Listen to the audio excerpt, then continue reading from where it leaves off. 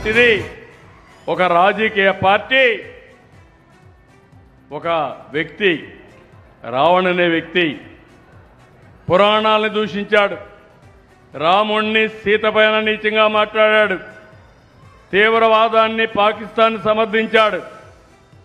అలాంటి వాళ్ళకు అండగా ఆర్థిక సహాయం ఈ గొడ్డలి పార్టీ చేసే పరిస్థితి వచ్చింది. ఎంత బరిదిగింపని అడుగుతున్నా, ఇది న్యాయమని అడుగుతున్నాను. మీకు ఇవన్నీ నేను చెప్పాలి, మీలో కూడా చైతన్యం రావాలి, మీ ఆలోచన విధానంలో మార్పు రావాలి.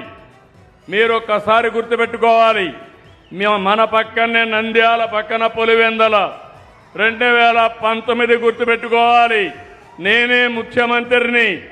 నేను ముఖ్యమంత్రిగా ఉంటే బాబాయిని గొడ్డలతో లేపేసి గుండెపోటుగా చిత్రీకరించి రెండో రోజున ఆ కత్తి నా చేతిలో పెట్టి నారాసుర రక్త చరిత్రని రాజకీయ డ్రామా ఆడి ఓట్లు సంపాదించుకున్నారు. అవునా కాదా?